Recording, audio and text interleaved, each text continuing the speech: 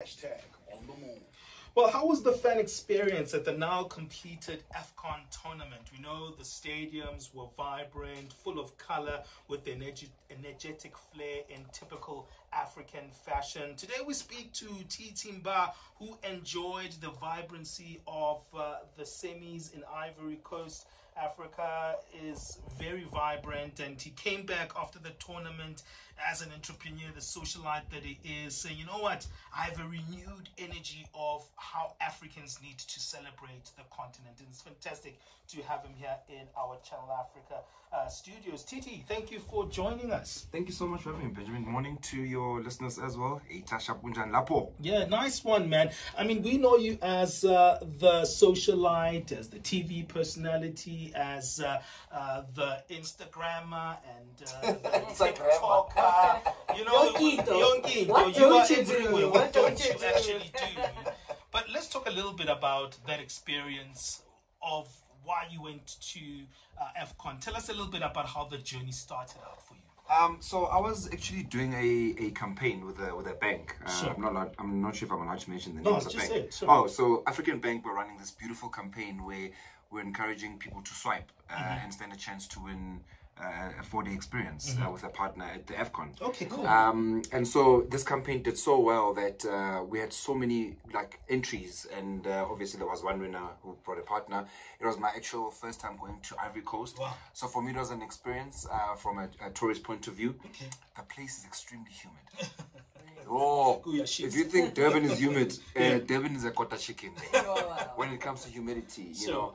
I mean, I was fortunate enough to have watched the Bafana game, the third qualifier game. Oh, it was intense. It was intense. Oh, yeah. Now listen to this. So when I landed, they were already playing. Sure. And I got to my hotel, and when I got there were so many Congolese people because we were playing against DRC, I think. Right. Congo, Sure, right? yeah. I was the only South African. I was wearing my South African top and my South African flag. I was outnumbered, and it got to the penalties, and I just thought, if Bafana win here, I'm in trouble.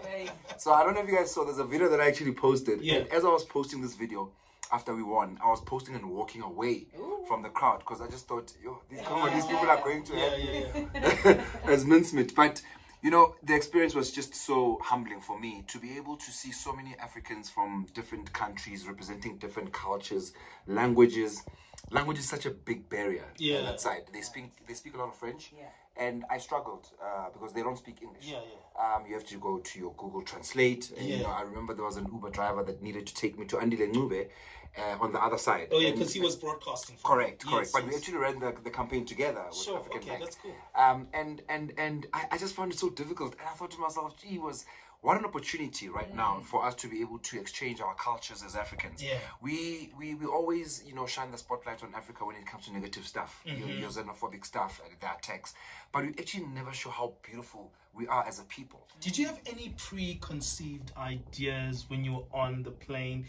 Did you ever think like, okay, I wonder what's going to happen when I land there, how the atmosphere was? Did you think it was going to be like a monolithic experience of another World Cup that we saw like here in South Africa in 2010? Yeah. And were those preconceived ideas broken down when you got there?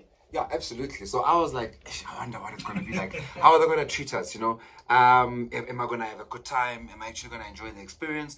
And I was pleasantly surprised. From the moment I landed at the airport, the staff there are very friendly. You know, it's unlike other nations. I'm not going to mention their names because there are certain airports you go to around the world where they make you feel like you are nobody. Sure. And I felt quite welcome. Sure. The only thing that I really struggled with was the humidity. I just couldn't fathom how hot it is and how humid it is at the same time. So aircon is like your next door neighbor. You know what I mean?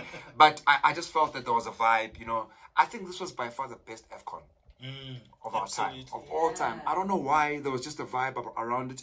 I also think there was a lot of media attention on it, and of course Bafana had done so well through the stages that we were all proud. I mean, I was so happy to be there, and I made so many friends. You know, I'm an extrovert, so for me to make friends is something that's very natural for me. And I literally, after we won, I went back to my hotel room to change my top, so I don't have to be the only one standing out. So you don't want to feel like... Ivory Coast. But the food is great. You know, the vibe was good. The music was good. They play a lot of amapiano. I was quite surprised. It's a thing around the world right now, isn't it? It really is. And you know, when you're coming from South Africa and you're hearing Amapiano, obviously, wow. it's like you're home, Yeah. you know. But I really enjoyed the experience. The people were friendly. The staff around there were quite helpful. But like I said, the biggest challenge was those two things, the humidity and the language barrier. I just struggled. Let's speak about what makes an experience truly African and authentic in that way, because we can compare this to the 2010 World Cup, which is, you know, the first to be on African soil. And I'll say I was at the 2010 World Cup, right? Yeah, and yeah. I was working. I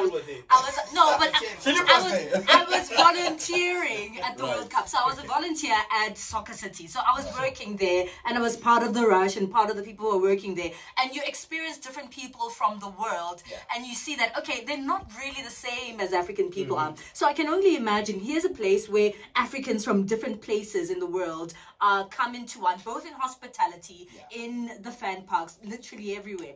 Is there something that is authentically African with the AFCON versus perhaps your other travels across the world and other events you've been to across the world? Oh, absolutely. I mean, I recently attended the Rugby World Cup to watch the box, and it was a different feel altogether. Completely. I just think there's something about being African that we don't celebrate enough of. You know, you walk into a room with Africans and you know the Kasi in me comes out and I'm like, hey, Shapkunjani, I forgot. Because you know you meet other beautiful Africans, and because we are such a colorful bunch, I have this thing that when I bump into people from Ghana, because they're very colorful, from Nigeria, it was easy for me just to go, hey. And then the reality hit that, okay, you're in a different part of town here. But I just think our natural habitat of being Africans is something you can't take away from us. I know you came up with some few ideas, because when you came back, you were revived and you were like, hey, I think we should celebrate Africa a little bit more here. We underutilize this brand called Africa, and Africa is growing. I mean, Amapiano, Afrobeat. That's just a little bit part of who we are. It's not just everything that is Africans. No, we're not just Afrobeat. We're not just Amapiano. And you thought, okay, let me think about a brand around this African thing. Absolutely. What was that all about? I was overwhelmed by the beauty around me. So many flags, so many people actually, you know, showcasing their countries. Even those that didn't even make it to the final were still around, and they were proudly displaying their flags, right? And so I thought, Africa is so beautiful. And I started doing a lot of research around Africa. Obviously, there's 54 countries in Africa. There's 3,000 plus languages in Africa. And as I was doing my research, I realized that a lot of the world's resources are coming from Africa. And I didn't know that. 95% of the world's diamonds are actually from Africa. 90% of chromium and platinum is from Africa. There was something that was quite interesting. And 70% of the world's cocoa beans are from Africa. And they use cocoa beans to make chocolate. Yes. I didn't know that. What an insight. And for me, I was like, we are so great, and yet we don't celebrate that. And I thought, I'm in Africa. How about I create a brand called Africa to the World? I want to celebrate everything that's from Africa and expose it to the world. And so I immediately called my legal team, and I said to them, please, can you check up this name and see if anyone owns it? Guess what? Nobody does. Nobody. There's 1.2 billion people in Africa, and no one thought of it. Africa to the world. Africa to the world. Two with the number two. And I reused the number 2 because I slept there for 2 nights. I know it's corny, but and so my legal team got onto it, and we secured the name. So I now own the trademark and the copyright to the name Africa to the World.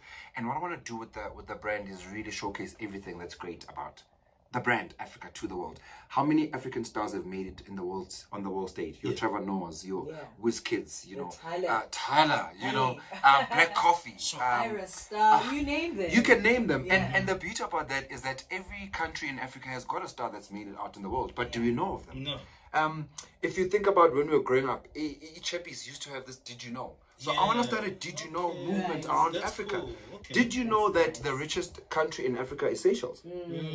Did you know that? Did you know that the largest economy in Africa is Nigeria? Huh? Yes, we knew that. Did you know that the most underrated country in Africa is Malawi? No, I didn't. Hey. Did you know that the most respected country in Africa is Cameroon? I thought it was South Africa.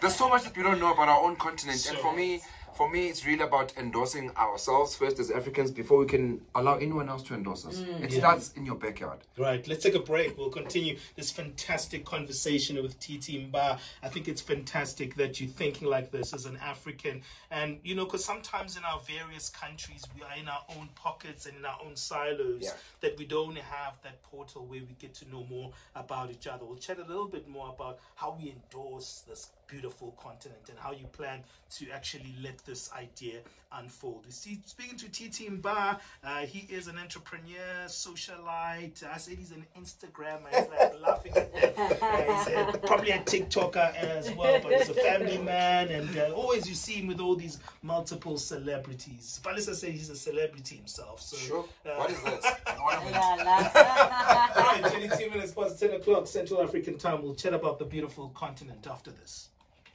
We're hanging out in studio with TT Mbha. He's a TV personality, entrepreneur, socialite, and one of the many people who were a part of AFCON. And he was there. We're able to watch a couple of games in Cote d'Ivoire.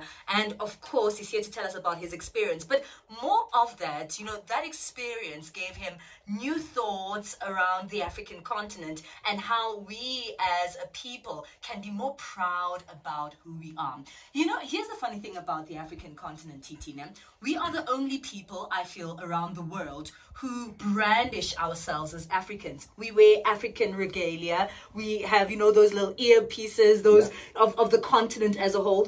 I've never seen a T-shirt of, you know, a European wearing Europe and the shape of the continent, right? None. But even so, we still stray away from actually getting to know ourselves as a people and each other and interacting with each other to the full extent, even though we are so proud of being from the continent. So you have an idea, right? Africa to the world.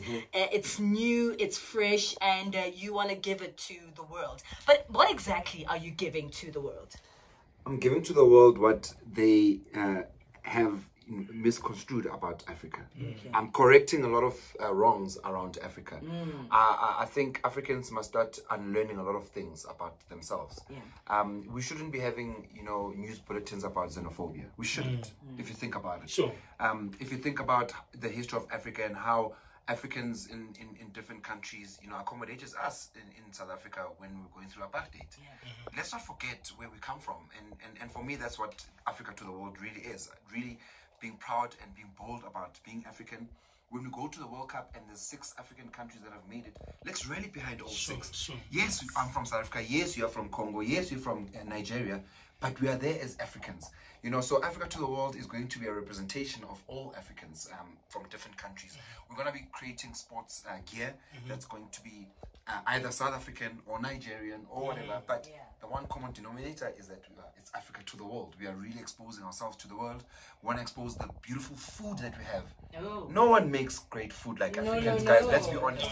You go to Europe, you go to the US, and you always have a problem. You have to have burgers because you know, the other stuff might... McDonald's is like a go-to place. It's the safest.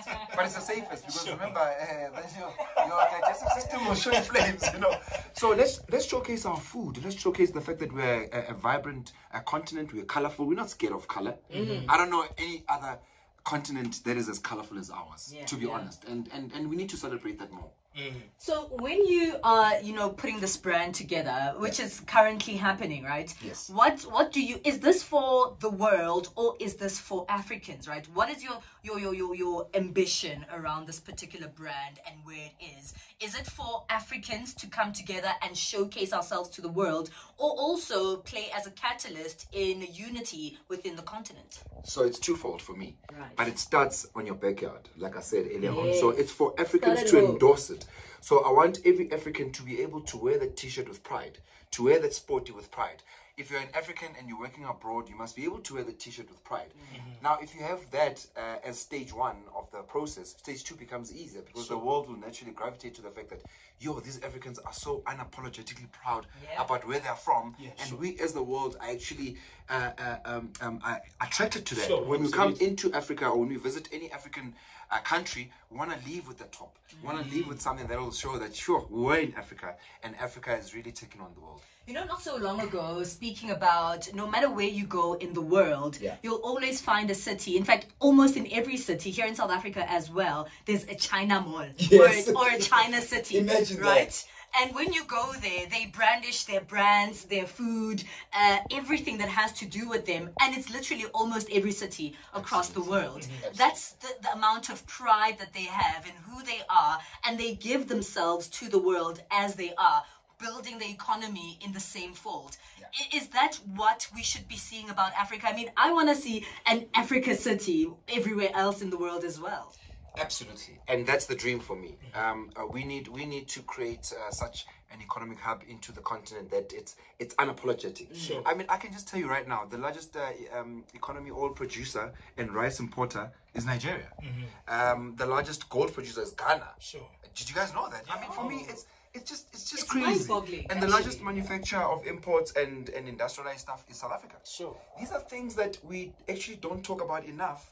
And be proud about enough. The fact that the world is consuming so much of what is African is, and we don't talk about it, is really like an injustice to ourselves. Sure. It's like saying I've got this big, beautiful house, but no one knows about it. And this is what we need to do. We need to really celebrate Africa and take it to the world.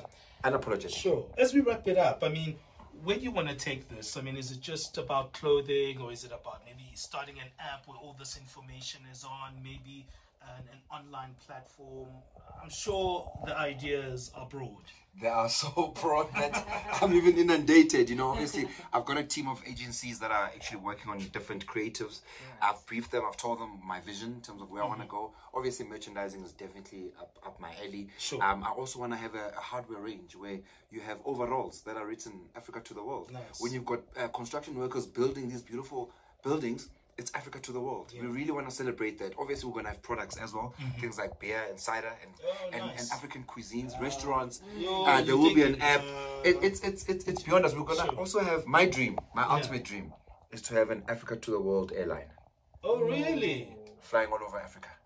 Okay, that's dreaming, man. Okay. And don't forget the best African radio station. Absolutely. I in mean, the world. this is You can't. this is the first interview of Africa to the world, and I'm happy that it's here because On it Channel makes it Africa. on Channel Africa. Who better to give me the first interview unofficial? So once we've launched, I'm coming back to give you the second official interview. Then number 3, 4, and 5 then can take over. 1 and 2 is Channel Africa. Absolutely. Well, thank you so much, TT. I love the fact that you were inspired. You didn't come empty-handed from that AFCON. I love the fact that you were rejuvenated and just seeing the connection that you have with the rest of the continent. And I love the fact more that you're going to energize the rest of us, and you care so much about that experience that you're going to actually, sell this African dream to the rest of us. So thank you for coming and chatting with us about this wonderful experience you had at AFCON and what you brought back to South Africa. Thank you so much, my brother, and thank you to Channel Africa for hosting me. Let's take Africa to the world. Fantastic.